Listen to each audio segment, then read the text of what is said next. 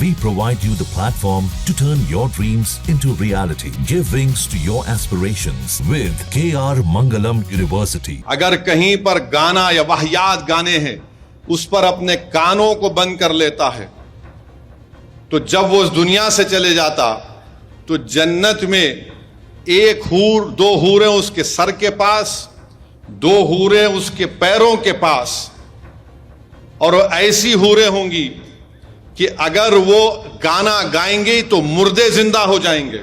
وہ ایسے حوریں ہوں گی کہ اگر وہ سمندر میں تھوک دیں گی تو پانی میٹھا ہو جائے گا. وہ جب گانا گائیں گی تو جنت کے پیڑ اور پتے ان کے ساتھ گانا گا کر تم کو سنائیں گے. تم کیا وہ سننا چاہو گے یا پھر یہ گندگی دنیا کی سننا چاہو گے؟ نوجوانوں تم کو فیصلہ کرنا ہے. یہ ہیں آل انڈیا مجلس اتحاد المسلمین یعنی کہ AIMIM کے ادھیکش اور حیدرآباد سے سانسد اسد الدین اویسی.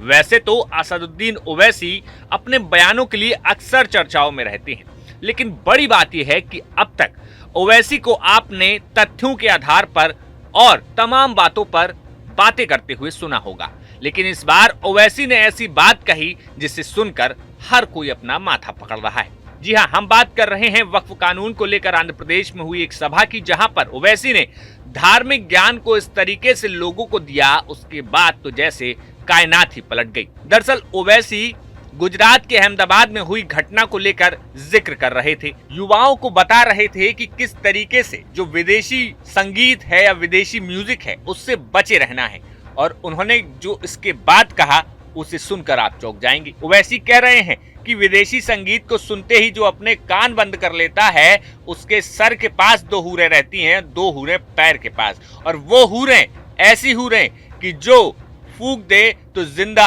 آدمی کھڑا ہو جائے، اور وہ حوریں اگر سمندر میں تھوک دے تو سمندر کا پانی میٹھا ہو جائے.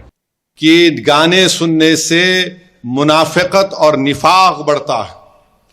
رسول اللہ صلی اللہ علیہ وسلم نے حدیث شریف میں فرمایا کہ جو میرا امتی اگر کہیں پر گانا یا واہیات گانے ہیں اس پر اپنے کانوں کو بند کر لیتا ہے تو جب وہ اس دنیا سے چلے جاتا تو جنت میں ایک حور دو حوریں اس کے سر کے پاس دو حوریں اس کے پیروں کے پاس اور ایسی حوریں ہوں گی کہ اگر وہ گانا گائیں گے تو مردے زندہ ہو جائیں گے. وہ ایسے حوریں ہوں گی کہ اگر وہ سمندر میں تھوک دیں گے تو پانی میٹھا ہو جائے گا. وہ جب گانا گائیں گی تو جنت کے پیڑ اور پتے ان کے ساتھ گانا گا کر تم کو سنائیں گے. تم کیا وہ سننا چاہو گے یا پھر یہ گندگی دنیا کی سننا چاہو گے؟ نوجوانوں تم کو فیصلہ کرنا ہے. اگر میں زیادہ کہوں گا تو بولیں گے نو آ گئے آ کے ہم کو ہی ہاتھ پہ لے رہے، مگر میرا کام یہ پیغام کو پہنچا دینا ہے. کوئی یہ نہیں کہنا کہ ہم کو نہیں معلوم تھا. اور یاد رکھو موت برحق ہے. انسان کی موت علماء کرام کی زبانوں سے سنا کہ اس کے پیروں سے روح کو کھینچی جاتی اور پھر یہاں الگ سے اس سے آنکھوں سے روح نکل جاتی. تو اس لیے یاد رکھو کسی کے پاس وقت نہیں ہے، کوئی جینے والا نہیں ہے یہاں پر. بڑے بڑے ترم خواہیں چلے گئے، کوئی زندہ رہنے والا نہیں ہے.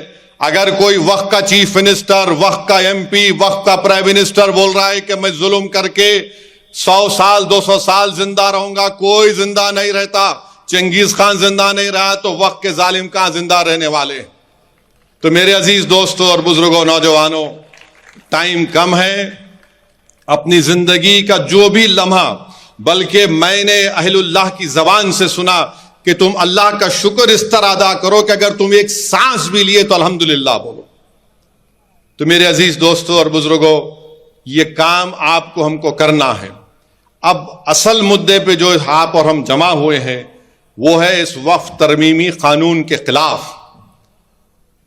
یہاں پر ہم اس لیے جمع ہوئے ہیں کیونکہ نریندر مودی کی حکومت نے چندرا بابو نائیڈو کی تائید سے، چراغ پاسوان کی تائید سے، نتیش کمار کی تائید سے، کمارا سوامی کے MPs کی تائید سے اور اجیت پوار کے MP کی تائید سے ایک ایسا کالا قانون بنایا جو ہمارے